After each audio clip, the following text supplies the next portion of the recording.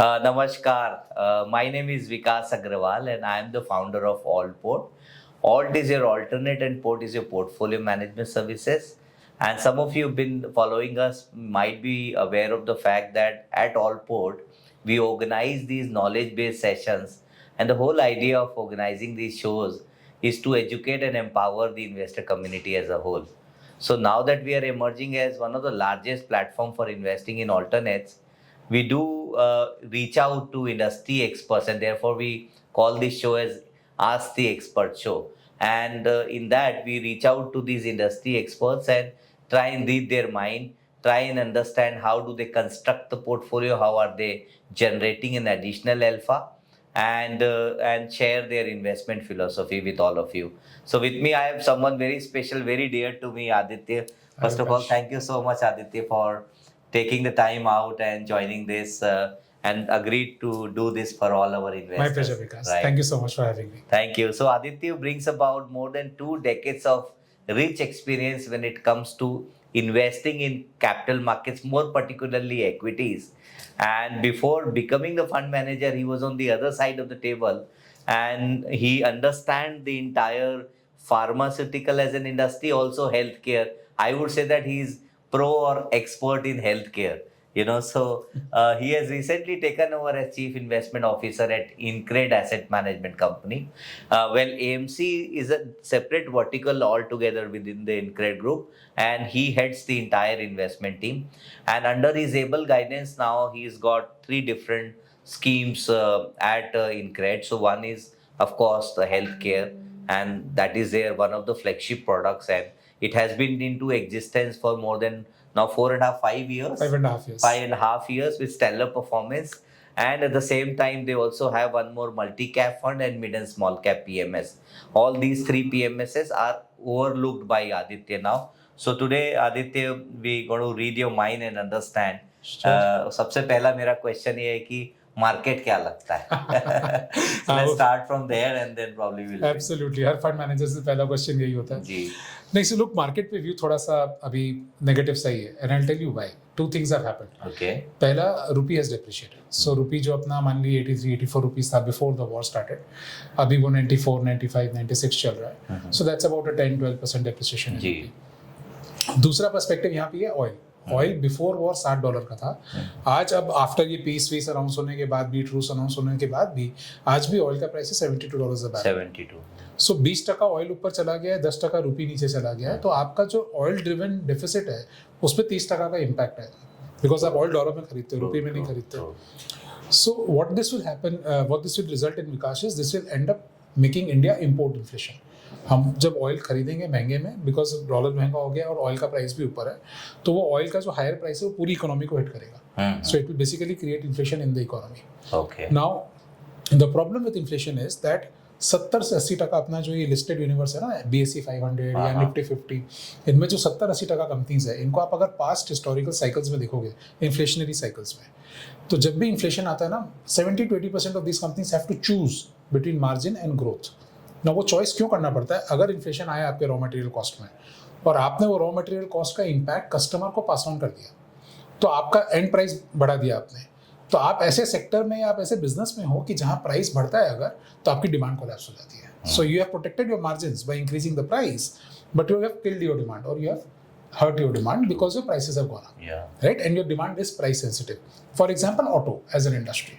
जो आदमी 10 लाख की गाड़ी ले रहा था, आज वो गाड़ी अगर 11 लाख की हो जाएगी, तो या तो वो गाड़ी लेगा ही नहीं, या वो 10 लाख की गाड़ी की जगह वो 8 लाख की गाड़ी ले लेगा. वो 1 मॉडल 2 मॉडल नीचे गाड़ी ले लेगा. तो ये basically hurting demand by increasing the price of the 10 lakh rupee car to 11 lakh rupees. तो एक तो इम्पैक्ट ये आएगा. So you're saying that their ability to pass on the cost, the price will be limited. Will be very limited for 80% of the companies that are listed. Very few companies, historical अगर आप cycles seed करोगे, very few companies have shown the ability to pass on the cost to the customer while not hurting the demand. Now, which are those companies? Mostly FMCG companies.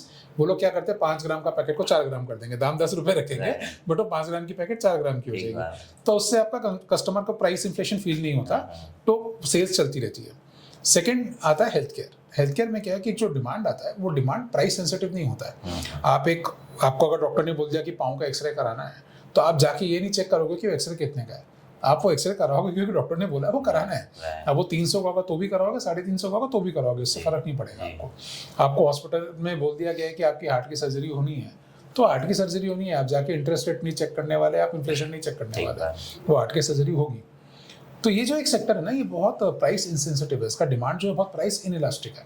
In fact यहाँ पे focus quality पे ज़्यादा होता है। तो health care एक perhaps एक ऐसा सेक्टर है जहाँ पे कम दाम does not mean more volume. यहाँ पे एक्चुअली दाम इरिस्पेक्टिव, वॉल्यूम इज देयर। आप अगर दाम बढ़ाओगे तो आपको प्रीमियम एंड के कस्टमर्स मिलते हैं, आप दाम कम रखोगे तो आपको मास वॉल्यूम मिल जाता है। लेकिन जो डिमांड है वो प्राइस इलास्टिक नहीं है, प्राइस इनइलास्टिक डिमांड है। ओके, तो मेरा इसमें दूसरा क्वेश्चन है कि if that is the case, आपका ऐसा अनुमान है कि अगर इन्फ्लेशन बढ़ जाता है, ऑब्वियसली दो तरफ हिट होएगा, हमारे उससे डिमांड कम होगी तो जीडीपी में थोड़ा रिडक्शन देखने को मिलेगा। बिल्कुल। और आरबीआई का नंबर भी आया है, उसमें रिवाइज नंबर आया है। यस। तो इस केस में अगर इक्विटी मार्केट में लिमिटेड ग्रोथ मिलेगी, तो आपने बोला हेल्थ केयर एक ऐसा सेगमेंट है जिसमें हम देख सकते हैं सेलेक्टिवली कुछ कंपनी। बिल्कुल। अब मेरा ये सेकंड क्वेश्चन है कि हेल्थ केयर में कितनी कंपनीज है, थोड़ा सा आप हमें यूनिवर्स के बारे में बताएं, कितनी कंपनीज की प्रॉफिटेबल है उसमें, और आगे आपका प्रोजेक्शन क्या, अगले 3-4-5 साल में ये सेक्टर कहाँ जाएगा? करेक्ट। तो अगर आप लिस्टेड यूनिवर्स देखेंगे तो लिस्टेड यूनिवर्स में हेल्थ केयर के ऑलमोस्ट 300-350 स्टॉक्स हैं। अच्छा। जिसमें pharma, diagnostic, hospital, ancillary industries सब आप जोड़ दोगे तो 300-350 स्टॉक्स हैं। तो आपका यूनिवर्स 350 स्टॉक का है, 5,500 में से, क्योंकि टोटल 5,500 कंपनी लिस्टेड है, राइट? तो वो 350 स्टॉक्स में हम क्या करते हैं, पहले हम साइज से हटा देते हैं, बिकॉज हमें पैसा मैनेज करना है तो हमें लिक्विडिटी चाहिए जी। तो आप मान के चलिए 350 में से 170-80 स्टॉक इतने लिक्विड है कि उसमें अपने क्लाइंट्स का पैसा इन्वेस्ट नहीं कर सकते हैं। तो वो हम ऐसे हटा देते हैं। 50% इज गॉन। अब बचा 170-180 स्टॉक्स। इसमें फिर हम करते हैं अपना मैथ क्या आता है कि भाई ROI कैसा है, प्रमोटर कैसा है, हिस्ट्री कैसी है, बिजनेस मॉडल कैसा है, फॉरेंसिक अकाउंटिंग में पास होता है कि नहीं। आप जब ये फिल्टर्स इसमें डालते हो तो आपको ऑलमोस्ट 170 का 60 हो जाता है, 110 स्टॉक वहाँ से निकल जाते हैं। अब ये 60 stocks we call this our shopping list, कि ये वो कंपनीज है जो पोर्टफोलियो में किसी भी दिन आ सकती हैं, राइट? अब इनमें से हम कैसे चूज करते हैं कि इनमें से हर एक कंपनी का हमारे पास एक एनालिसिस है कि भाई इस कंपनी का बुल केस में क्या प्राइस हो सकता है, बेयर केस में क्या प्राइस हो सकता है, बेस केस में क्या प्राइस हो सकता है, और आज का CMP क्या है, what is the current market price. तो मेरा बुल केस में अपसाइड कितना है, बेस केस में अपसाइड कितना है, बेयर केस में मेरा डाउनसाइड कितना है। ये हम गणित करते हैं।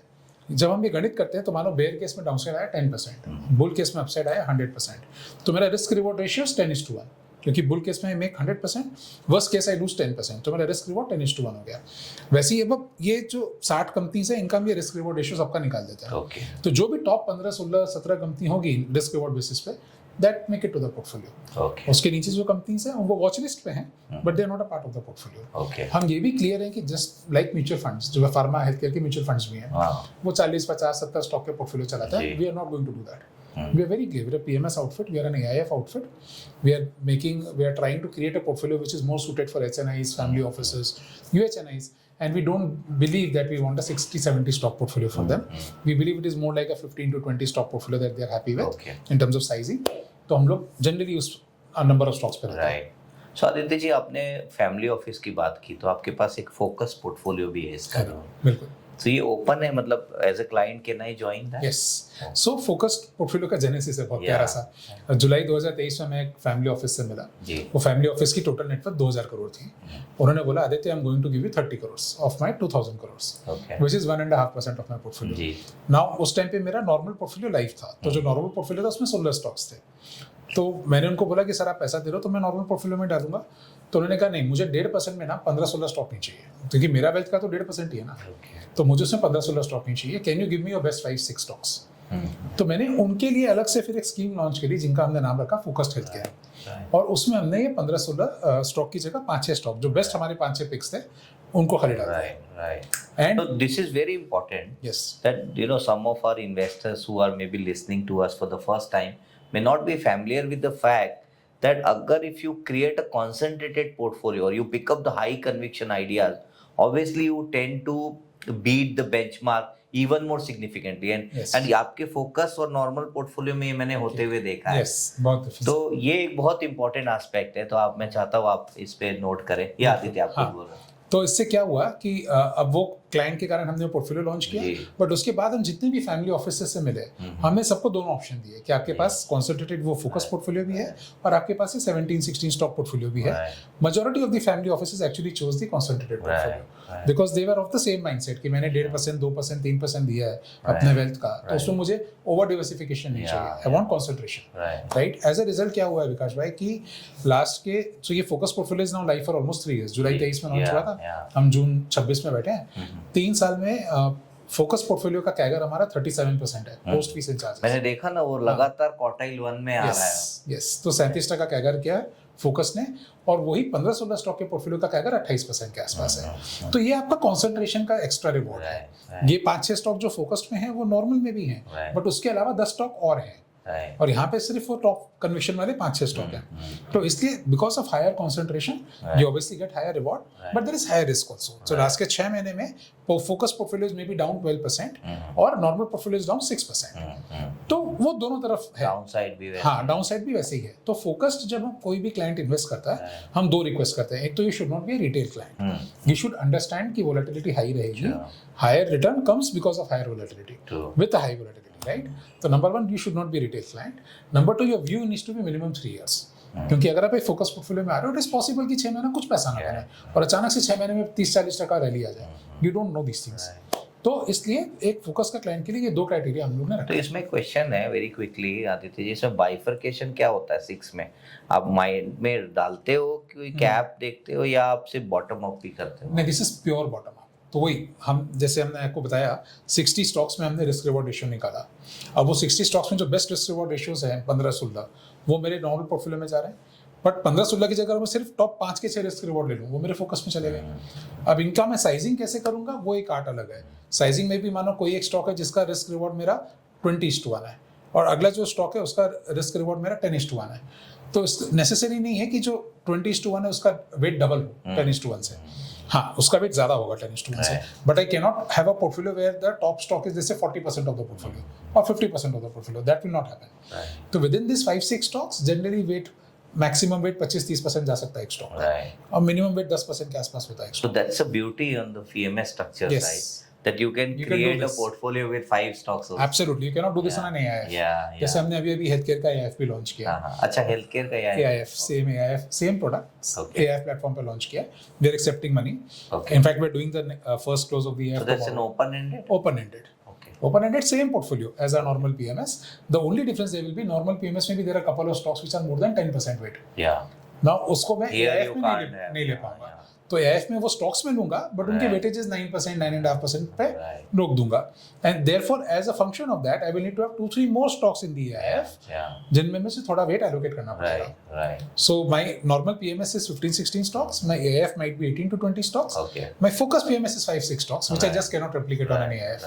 Possible ही नहीं. But in case of AIF, you know, it becomes very easy for NRI investors to kind of invest. One, because there is no documentation judged. Correct. You know, you really don't need too many documentation to sign, etc. It's just one OTP away from you. And second होता है कि जो भी taxation है, it is done at the fund level. तो उसमें अलग से उनको chartered accountant से बात करके filing नहीं करानी. And there are some NRIs who have multiple tax structures. Like they have to pay in India, they have to pay there. But here they don't have to pay anything here. Right. And if they are in UAE, for example, they don't have to pay any taxes there also. Correct. So it becomes even more tax exempt. Absolutely. I'll give you another use case for AIFs. We have certain clients who are lawyers, consultants, accountants. इनकी grey list बहुत बड़ी होती है because they are working for so many different companies which are listed, unlisted both. So they have a huge grey list of companies in which they cannot invest.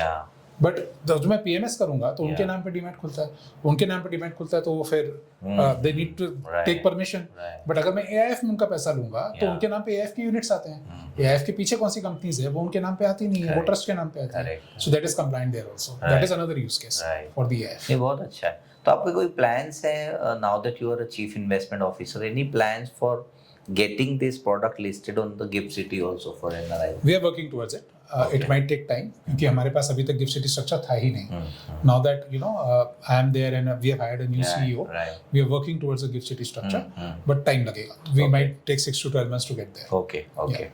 So मैं I'm coming back to the topic now. So देखिए healthcare में भी 36-37% was beyond imagination. Although me and you both were very vocal, Correct. and we had some clients who put money, they really made money also. So Thank you so much. I'm really grateful, and on behalf of my investor that I am saying this Please. to you, Thank you, Aditya ji. And so अब क्या लग रहा है, आगे का क्या अनुमान है आपका, प्रोजेक्शन की इस तरह का ग्रोथ वापस से देखने को मिल सकता है क्या अगले 5 साल के व्यू से? श्योर, तो फोकस की बात नहीं करते हैं बिकॉज फोकस में सारे नंबर्स बहुत डिफरेंट है. मैं नॉर्मल पीएमएस की बात नॉर्मल कर रहा हूं, पीएमएस जो हमारा 17 स्टॉक 16 स्टॉक का पोर्टफोलियो है. Now in this stock Vikas ji last 3 साल में हमारा एनएवी डबल हुआ है, 10 का 20 हुआ है ऑफ दिस फंड पीएमएस. और अगर आप पोर्टफोलियो का वेटेड एवरेज पैट देखेंगे तो वेटेड एवरेज पैट 3 साल में यानी कि FY23 का वेटेड एवरेज पैट 200 करोड़ था, वो अभी 380 करोड़ है FY26 में. अच्छा, पैट बढ़ गया. तो 90% पैट ग्रोथ हुआ है और फंड का एनएवी 100% बढ़ा है. अच्छा, उधर 90% पे मतलब ऑलमोस्ट सेम आया है. ऑलमोस्ट सेम है, खाली 10% री रेटिंग है. अब अगला 3 साल का हमारा प्रोजेक्शन क्या है कि वापस 75 से 80% ग्रोथ है पैट में 3 साल में. Okay. 75 to That you are 80%. able to visualize. हाँ, वो हमारी कंपनीज का हम पीएनएल वो करते हैं ना, फोरकास्ट करते हैं. जो होल्डिंग कंपनीज हैं उनका हम पीएनएल अगले 1-2-3 साल का हम ड्रॉ आउट करते हैं. तो जब ड्रॉ आउट कर रहे हैं तो हमको दिख रहा है कि फंड लेवल पे 75 से 80% ग्रोथ अगले 3 साल में पैट पे आएगा. Okay. तो अब now if the fund level PAT growth is going to be 75-80%, अब मल्टीपल हो सकता है 10% और ऊपर चला जाए, हो सकता है 10% गिर जाए, हो सकता है जहां हो वहीं रह जाए. But you do ±10%, you get your range of Right. Expectation in terms of returns. Now if you ask me multiple ऊपर जाने के चांसेस ज्यादा हैं कि नीचे या जहां है वहीं रह जाए, that is generally a function of how is health care doing versus rest of the market. अगर हेल्थ केयर में अर्निंग ग्रोथ आ रही है, हमने इन्फ्लेशन की बात करी, अगर हेल्थ केयर में अर्निंग ग्रोथ आ रही है और ऑटोज और बैंक्स और इनमें अर्निंग ग्रोथ नहीं आ रही है तो मल्टीपल ऊपर ही जाएगा because more money will chase the asset which is growing in a tough market. याद रखिए हम लास्ट के 3 साल की बात कर रहे हैं, it was not a tough market. Autos were growing, banks were growing, yet our health care companies का मल्टीपल वेंट अप 10%. अगले 3 साल अगर ये लोग ग्रो नहीं करेंगे और हेल्थ केयर ग्रो करेगा तो मल्टीपल मोस्ट लाइकली ऊपर ही जाएगा and may even go more than 10%. Right. और ये टफ टाइम पे मल्टीपल्स ऊपर गए. आप ये Yes. देखो, आपका वॉर चल रहा था, आपका Yes. एफआईआई पैसा निकाल रही थी, Yes. 2024 का पीक आउट हुआ था. Correct. इतनी सारी चीजें होने के बाद ये हुआ. मल्टीपल्स ऊपर, क्योंकि आप अर्निंग डिलीवरी कर रहे हो लगातार. क्लाइंट्स भी, जो इन्वेस्टर वो भी देखता है ना कि ठीक है टाइम खराब चल रहा है लेकिन which are the companies which are consistently delivering growth in earnings, Right. वहाँ ये हेल्थ केयर कंपनीज निकल के बहुत अच्छा काम कर रही हैं. तो because they are doing such a good job Right. They attract more capital. If you attract more capital your multiple will go up. Right. तो हम ये बोल रहे हैं कि next 3 years at holding period level पे Sure. आपका अगर 75 से 80% पैट ग्रोथ है जी. तो आप ±10% मल्टीपल कर लो. That should be Understood. Kind of returns Understood. That one My sense is that at times earnings are ahead of the markets. At times markets are ahead. Right Correct. now earnings are going ahead, but we are not going ahead in terms of prices. Correct. So my sense is that this 10 क्या मेरे को लग रहा है 20% markup can be done. Possible. Looks like at this point of time. It is The possible. way, because you had good time correction as well as price correction in Yes. the last 2 years. Yes. So my sense is that markup would be 20% upward. It could be. It Yeah. could be because Right. I can't rule that out. Right. But it is a function of so many Well factors. said. Yeah. कि FIIs क्या करेंगे, interest rate क्या करेगा, Yeah, inflation yeah, क्या करेगा. right. So many things play into this ना that Right. you best not take a guess. Right. Let it be what it is. Sure, हाँ. sure. आप एक रेंज Well said. सोच लो कि +10 -10 होगा तो क्या होगा. Well said. Right. मेरा और एक क्वेश्चन था कि इसमें जियोपॉलिटिकली क्या इफेक्ट आ रहा है. For example the other day we were hearing that Trump is planning to put lot of tariff on pharma also, although it was escaped as in it was not there, it was not part of the tariff program.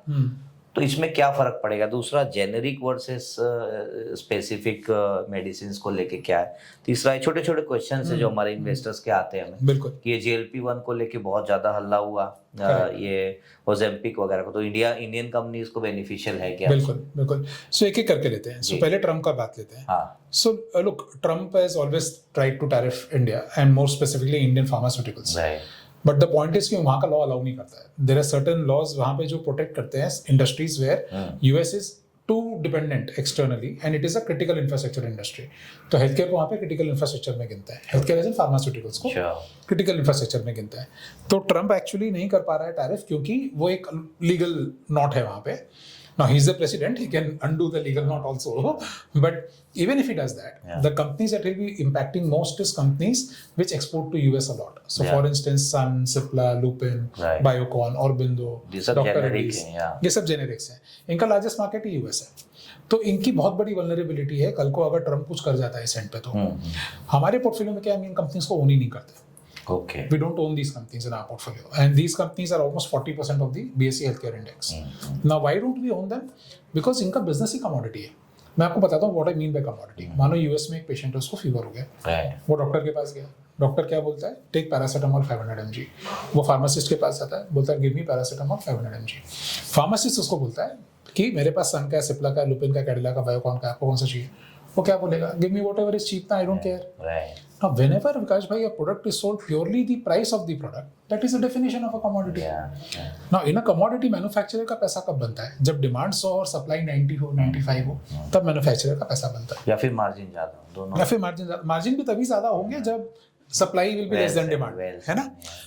लेकिन अगर demand 100 unit है और supply 110, 120, 130 unit है, तब तो margin है ही नहीं, बिकेगा ही नहीं प्रोडक्ट तुम्हारा. राइट.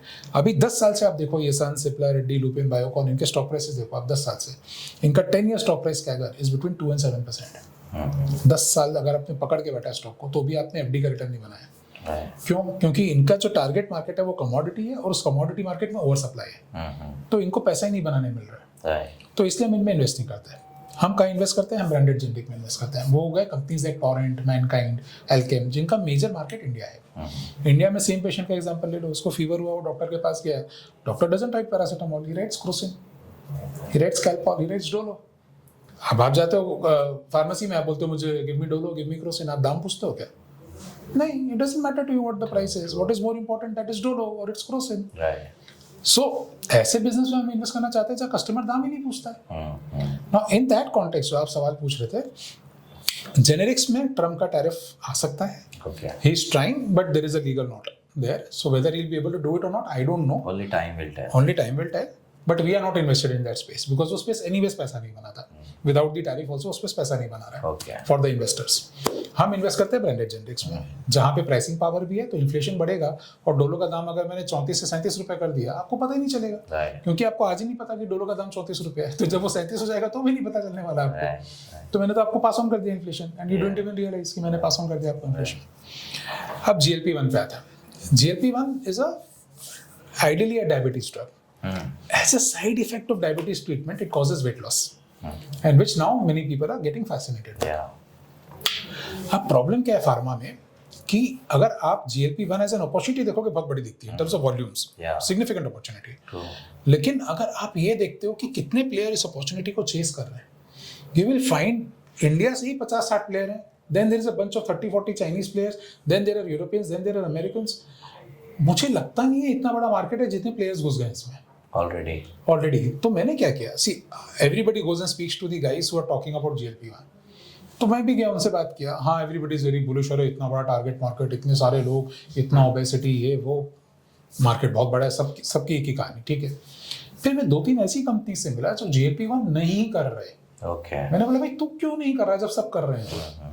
तो उनका जवाब इंटरेस्टिंग था. उन्होंने बोला भाई जगह किधर है, जो कर रहे हैं उनका पैसा नहीं बनने वाला है, तो मैं करूंगा तो मेरे कहाँ से बनेगा? तो they are saying it's too crowded a market, and hence जितना लोग सोच रहे हैं ना कि GLP-1 से ये कंपनी ए XYZ अमाउंट कमा पाएगी, नहीं कमा पाएगी. बिकॉज आप जब वो कंपनी ए का XYZ अमाउंट सोच रहे हो, आप एक मार्केट शेयर एज्यूम कर रहे हो, आप एक मार्जिन एज्यूम कर रहे हो, वो आएगा ही नहीं. गिवन द इंटेंस कॉम्पिटिशन, वो मार्जिन, वो मार्केट शेयर आएगा ही नहीं.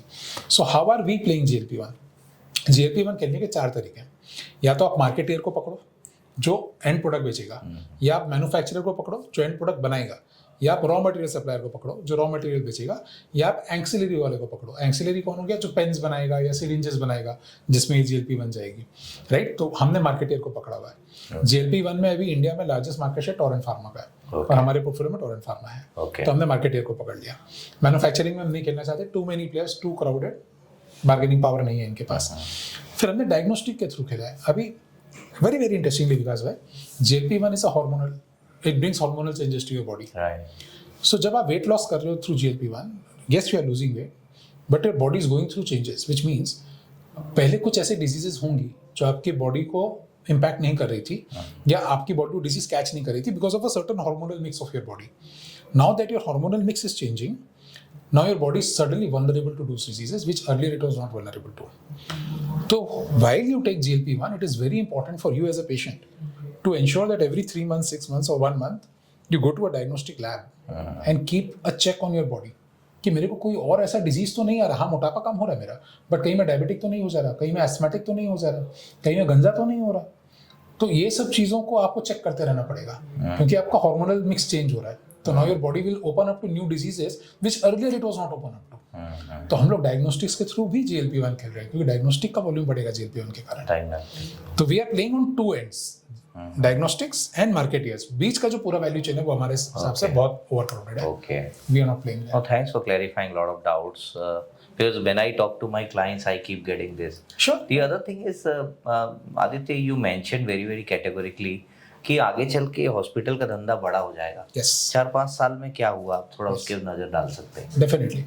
सो देखिए, इंडिया एज अ कंट्री आज 2.5%, 3.5% अपना GDP हेल्थ केयर पर खर्चा करता है. 3.5%. आप 10-12 साल पहले चाहिए, इंडिया 2.5% अपना GDP हेल्थ केयर पर खर्चा करता था. And if you look at the other big countries, what are the other big countries? Brazil, Russia, China, South Africa. इनका पर कैपिटा GDP $6,000 से $15,000 के बीच में है और ये लोग खर्च करते हैं 6 से 10% के बीच में of the GDP on health care. India $2,500 पर कैपिटा इनकम है, हम सिर्फ 3.5% करते हैं. एक ट्रेंड हमने देखा, पूरी दुनिया में ये ट्रेंड कंसिस्टेंट है. जैसे जैसे कंट्री अमीर होते जाती है पर कैपिटा इनकम, वैसे वैसे उस इंक्रीज पर कैपिटा इनकम का higher percentage company health care पे खर्चा करती है. तो that is a consistent trend. तो अगर आपका इंडिया में इन्वेस्ट करने का थीसिस ये है कि इंडिया आगे जाके और अमीर हो जाएगा एज अ देश, then one of the fastest growing sub segments of your economy will be healthcare. क्योंकि पूरी दुनिया में यही ट्रेंड देखा गया लास्ट के 60-70 साल से. ठीक बात. राइट. अब आते हैं हॉस्पिटल्स पे. नाउ हॉस्पिटल्स का इंडिया में 2 चैलेंजेस है. पहला challenge, India has only 10 hospital beds पर 10,000 पॉपुलेशन. ग्लोबल एवरेज 30 और develop market like Japan, Korea, उनका एवरेज 100 से 120 हॉस्पिटल बेड है पर 10,000 पॉपुलेशन. We have 10 beds. तो एक तो बहुत अंडर पेनिट्रेटेड है. सेकेंड, हॉस्पिटल्स ऐसा सेटअप है जहां आज के डेट में एक जब पेशेंट जाता है, वो पेशेंट क्या चीज़ से गुजरेगा, क्या पे करेगा, उसमें उस पेशेंट का से नहीं होता है.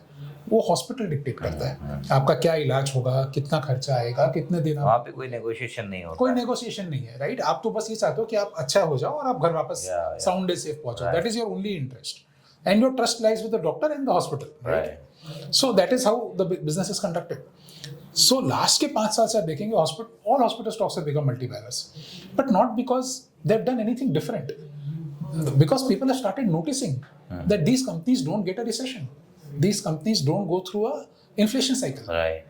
So people have started, and now these stocks are becoming bigger and bigger and bigger in terms of absolute market cap. And there are more listings happening also. हर आए गए दिन कोई ना कोई हॉस्पिटल या डायग्नोस्टिक लैब का IPO आ जाता है. So now there are options to invest in. Now you are noticing that this sector doesn't get a inflation impact, doesn't get a recession impact. So suddenly a lot of investor interest has come into hospitals. तो hospitals का last के 5 साल का मैं आपको बताऊं तो bottom line CAGR will be around 25% के आसपास. Right. And I am talking about hospital sector. Now there are companies which have done more than this, there are companies which have done less than this, right? But you're referring to the number which are more on the listed space. On the listed space. Unlisted के तो data I don't have access to, so I can't speak on behalf of that. Sure. तो listed में on an average hospitals का bottom line क्या का last के 5 साल का 25% के आसपास का है. 25 is also good number. Excellent number, right? And I think अगले 2-3 साल 5 साल भी यही रहने वाला है because nothing is changing. The business is still as good. Right. Patients are still paying. Insurance coverage is improving, which creates more occupancy for hospitals because India में affordability is an issue. Right. So the more people who come under insurance, affordability gets addressed because of insurance. So I think I'm very, very bullish on hospitals. Right. And I think Indian hospitals today, still I can tell you, they are very, very reasonably priced when you compare to other Asian hospitals. जो Russian hospitals listed हैं, Taiwanese hospital listed हैं, जो Thailand के hospitals listed हैं, आप उनसे compare कीजिए हमारे multiples. We have broadly the same multiple, whereas we are higher ROE and higher growth compared to those companies. तो हमारे multiples उनसे high होने चाहिए थे, but अभी inline है. So इसमें 2 ऑब्जर्वेशन है. एक तो जो होटल इंडस्ट्री से अगर मैं कंपेयर करता हूँ तो there also the growth rate is about 28.5 to 29%. Correct. And this is 25%. So this is much better, and that is all discretionary. That is all discretionary. Here it is need based. Exactly. exactly. So then also you have 25%, which is very good number. And second observation is there are it's not an observation, but it's a question, Aditya. But there were few diagnostic companies, they were getting listed and their P's were 70, Exploding, 89. yeah. अभी उनका क्या चल रहा है? अभी वो नीचे आए या वहीं पे है? नहीं, let me answer the hospital hotel question first. Yeah. Ironically, what you said is right. So 28-29% growth hotels में है and hospital में 25% के आसपास है. But did you notice hotels का valuation multiple 35-36 है EV EBITDA और hospitals का 25 है.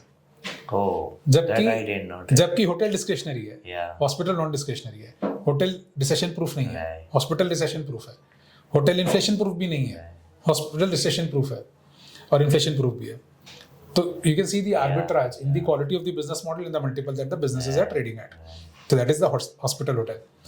Now coming to the second question, sorry, it was about No, my sense, what I was saying is, I'll take the name, Dr. Lal Pair and all that. Getting 80 का P, 90. yes. तो अभी क्या scene है? Yeah. So ये actually Covid के time पे aberration आ गया. Yeah. So हुआ क्या, कोविड के टाइम पे normal business in diagnostic companies का बंद हो गया, लेकिन इनको ये आरटीपीसीआर, एंटीजन टेस्ट, ये एचएसआरसीपी, ये सब टेस्ट बहुत ज्यादा वॉल्यूम मिलने लगे बिकॉज कोविड में that was a mandatory requirement, right. तो बहुत ज्यादा उनका वॉल्यूम आया, बहुत ज्यादा प्राइसिंग आई, मार्जिन भी अच्छा आ गया. What the mistake the investors made during COVID was, वो जो temporary revenues आ रहे थे COVID के, they gave it a permanently high multiple, right? और हमारा जो PMS launch हुआ, Incred Healthcare PMS, it was launched in February of 2021, in the midst of COVID. Right. उस टाइम पे अगर आप हमारा पोर्टफोलियो का, जब हमने फर्स्ट बनाया पोर्टफोलियो, उसमें एक भी डायग्नोस्टिक स्टॉक नहीं था, because all the stocks were crazily priced. कहीं 70-80 का पी था, और वो पी की अंडरलाइन जो अर्निंग्स थी वो कोविड की अर्निंग्स थी, व्हिच वाज नेवर सस्टेनेबल. देखो, कोई नहीं जानता था कोविड 2 साल चलेगा कि 5 साल चलेगा. ये सब जानते थे कि 50 साल तो नहीं चलेगा. करेक्ट. तो आप 80 का 90 का मल्टीपल दे कैसे रहे हो? 50 साल नहीं चलेगा, तो सस्टेनेबल ही नहीं था. तो हमने जब ये लॉन्च किया था हेल्थ केयर पोर्टफोलियो, हमारे पास एक भी डायग्नोस्टिक स्टॉक नहीं था, क्योंकि हमने कोविड के बीच में लॉन्च किया था. जैसे ही कोविड खत्म हुआ, all the stocks corrected 40, 50, 60, 70%. That is when we started buying diagnostics, क्योंकि अब जो उनका बिजनेस आ रहा था वो रेगुलर धंधा था. एक्सीडेंट हो गया, किसी को फुल बॉडी चेकअप कराना है, किसी का एम्प्लॉयमेंट का चेकअप है, वो था. तो हमने तब जाके फिर ये स्टॉक्स खरीदे. वहां से now the stocks have behave very well, क्योंकि अब कोई एबरेशन नहीं आया. तो the stocks have compounded. Valuation बहुत ध्यान रखना. तो आदित्य, मेरा क्वेश्चन है, आप वैल्यू साइड में ज्यादा रहते हो या ग्रोथ साइड में ज्यादा रहते हो एज अ फंड? अरे बहुत पैराडॉक्स है एक्चुअली. मैं क्लियरली डिफाइन ही नहीं कर पाता कि वैल्यू क्या है और ग्रोथ क्या है. देखिए, अगर सिंपल सी बात है, एक एसेट है, वो आपको एक certain amount of cash flow देगा over a period of time. आप उसका प्रेजेंट वैल्यू निकालते हैं, तो उस एसेट की आज की इंट्रिंसिक वैल्यू आती है. आज इंट्रिंसिक वैल्यू x है, और अगर प्राइस हाफ x है, तो आपको खरीदना है, क्योंकि आपको 100% अपसाइड है. इंट्रिंसिक वैल्यू x है, प्राइस लेट्स से 1.2x है, आपको बेचना है या फिर आपको नहीं खरीदना है, because the price is way higher than the intrinsic value. अब इसमें ग्रोथ क्या होती है, वैल्यू क्या होती है, मुझे बहुत मुश्किल होता है, because I don't see value in a company unless it's growing. Equity markets by design are designed to reward growth. So if you say, let's say, bad example maybe, but let's say if you say buy HUL today with 2% volume growth, what is my reward of buying a 2% volume growth company? As an equity market, the market is not going to reward a 2% volume growth company. So without growth, HUL कितना भी सस्ता हो जाए, is it really value? And the other way around, right? कि अगर growth बहुत ज़्यादा है और अगर multiple ज़्यादा है, एक्सपेंसिव है stocks, so is it really a growth stock which is worth investing इन? यानी कि अगर मैं 20-25% बॉटम लाइन ग्रोथ दे रहा हूँ, बट मेरा अगर ईवी बिड्डा मल्टीपल 50, 60, 70 का हो गया, then is it really a growth stock worth investing in, right? तो I think you somewhere need to strike a balance between growth and value. It is not either or, it is a balance of the two. कितना, so growth is earnings, value is valuation. So अगर आपका earning growth यहाँ है, valuation यहाँ है, no गो. Earning growth यहाँ है, valuation यहाँ है, ले सकते हैं आप. अर्निंग ग्रोथ थोड़ा कम है लेकिन वैल्यूएशन बहुत कम है, तो आप ले सकते हो. And so on so forth. So these are trade offs that as a fund manager, as an analyst, we all strike when we select stocks. बहुत अच्छी आपने ये जो सबसे अच्छा इंटरेस्टिंग बोला कि आपने 36-37 पे होटल इंडस्ट्री है। मुझे आज भी याद है जोमेटो जब लिस्ट हुआ तो लोगों ने बोला था कि जो वहाँ पे जो काम करते हैं लोग सर्वेंट, हाँ। उनकी मार्केट कैप हाँ, अब इस होटल इंडस्ट्री की मार्केट कैप से बड़ी हो गई है। Zomato। Correct। तो ऐसा भी हो सकता है आने वाले समय में कि हॉस्पिटल का जो पी है वो हाँ। मल्टीपल रिवाइज होके 36-37 में अपवर्ड देखने को मिले Possible। इवेंचुअली। पॉसिबल है। एंड ऑफ द डे बहुत कम बिजनेसेस है विकास भाई अपनी कंट्री में या पूरी दुनिया में जिनको आप रिसेशन प्रूफ और इन्फ्लेशन प्रूफ बुला सकते हैं। ऐसे बहुत कम बिजनेसेस हैं। राइट। बट ये बताइए कि लास्ट क्वेश्चन है मेरा इसमें, एआई को लेके बहुत ज़्यादा इसमें क्वेश्चंस आ रहे हैं कि एआई ये पुरानी कंपनियों के मॉडल को सब खत्म कर देंगे, नए नए तरीके आ जाएंगे बिल्कुल। दोनों तरफ, डायग्नोस्टिक तरफ भी और सर्जरी भी, लोग कुछ तो भी Robotic मशीन वगैरह ये सब, तो उसके बारे में थोड़ा बताएं। नहीं, so health care industry AI को यूज कर रही है but we are not creators of AI, we are customers of AI. Now how are we consuming AI? For example एक डायग्नोस्टिक लैब है, वो डायग्नोस्टिक लैब में मानो दिन के 500 डायग्नोस्टिक टेस्ट होते हैं। अब शाम को एक पैथोलॉजिस्ट आता है, वो पैथोलॉजिस्ट को 500 नंबर्स पढ़ता है, 500 रिपोर्ट बनाता है, 500 रिपोर्ट साइन करता है, फिर वो रिपोर्ट कस्टमर्स को जाते हैं। अब how is the lab using AI in this? Lab क्या कर रहा है, वो 500 रिपोर्ट की जो आउटपुट आ रहे हैं उनको एआई में फीड कर देता है, रिपोर्ट एआई बना देता है। That pathologist is still needed, he will come, he will read the reports that AI has made, okay he will make changes if required and then he will sign them off.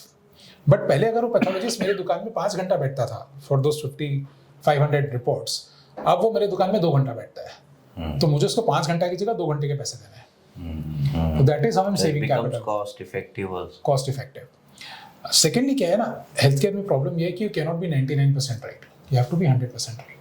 Well said. तो that is where AI in health care still has a long way to go. अभी भी अलग अलग industry experts की बात सुनता रहता हूँ, कोई बोलता है 90% एक्यूरेट है, कोई बोलता है 92% एक्यूरेट है। It is nowhere close to what it needs to B.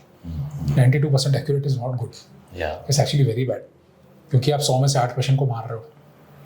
If your diagnosis is wrong, if your इलाज is wrong, you're killing 8 patients out of 100. You can't do that. It has to be 99.999%. You can never be 100%, but it has to be 99.99999 kind of percent. Right. For you to be adaptable. So I think there is a use case for AI in healthcare, but time है. Okay. I hope. फिर से ये repeat कर दीजिए, but I would like to conclude. अच्छा, हाँ. ये बंद हो गया क्या? हाँ, 25 मिनट के बाद वो एक बार बंद हो जाता है। अच्छा, तो ठीक है। बंद हुआ था ना, छोड़। चलो चालू कर लो। Okay, so with that we'd like to conclude the conversation. It was a very, very good conversation today. I learnt a lot about healthcare industry, and we wish all the very best to you, Aditya. I hope you continue to create similar kind of alpha and overall wealth for our investors. Thank you, Vikas Wishing bhai. you best of luck. Thank you for having me. Thank you guys.